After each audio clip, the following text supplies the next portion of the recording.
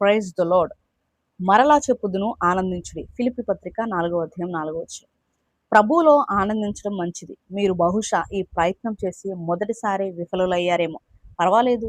ఎలాంటి ఆనందము నీకు తెలియకపోయినా ప్రయత్నిస్తూనే ఉండండి. వాతావరణం అనుకూలంగా లేకపోయినా, ఆదరణ, సౌఖ్యం లేకపోయినా ఆనందించండి.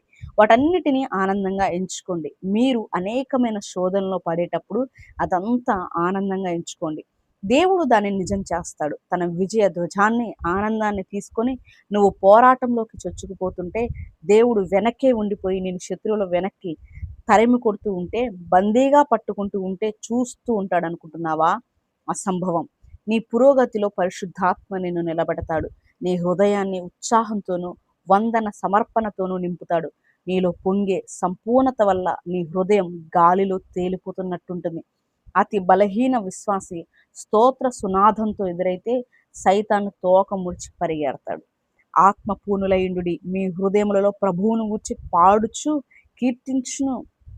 ఇక్కడ అపోస్తలుడు ఆధ్యాత్మిక జీవితానికి ప్రోత్సాహాన్నిచ్చే సాధనంగా కీర్తనలు పాడడాన్ని ఉదాహరిస్తున్నాడు.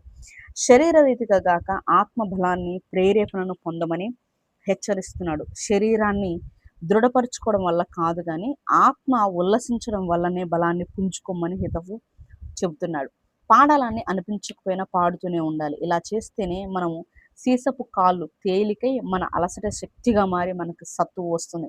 అయితే మధ్యరాత్రి వేళ పౌలును శీలయు దేవునికి ప్రార్థించుచు కీర్తనలు పాడుచునుండిరి, ఖైదీలు వినుచుండిరి. క్రీస్తు గుర్తుల్ని శరీరంలో కలిగి ఉండి దేవుడిని ఇలా మహిమపరుస్తున్న పౌలు క్రైస్తవులందరికీ ఎంత ఆదర్శ పురుషుడు. చావుకి అంగుళం దూరం వరకు అతనిని రాళ్లతో కొట్టినప్పుడు గుర్తులు, 3 సార్లు తిన్న బెత్తపు దెబ్బల గుర్తులు, యూదులు కొట్టిన 195 కొరడా దెబ్బలు గుర్తులు, ఫిలిప్పు జైల్లో తిన్న దెబ్బల గుర్తులు, రక్తం కారిన వాటిని కడగడానికి ఎవరూ లేనప్పుడు పడిన చారికలు, ఇవన్నీ అతని శరీరం మీద ఉన్నాయి. ఆ స్థితిలో స్తోత్రాలు చెల్లించేలా అతనికి ఆనందం ఇచ్చిన కృప అతని అన్ని అవసరాలకి సరిపోయిన కృపే కదా. శోధకుని బాణాలు దూసుకువచ్చినా ఎప్పటికీ ప్రభువులో ఆనందిద్దాము. ఎప్పటిలాగానే ఇప్పుడు భయమే. సైతానునికి నిట్టూర్పుల కంటే పాటలు ఎక్కువ పాడేవాళ్ళంటే. ఆమేన్.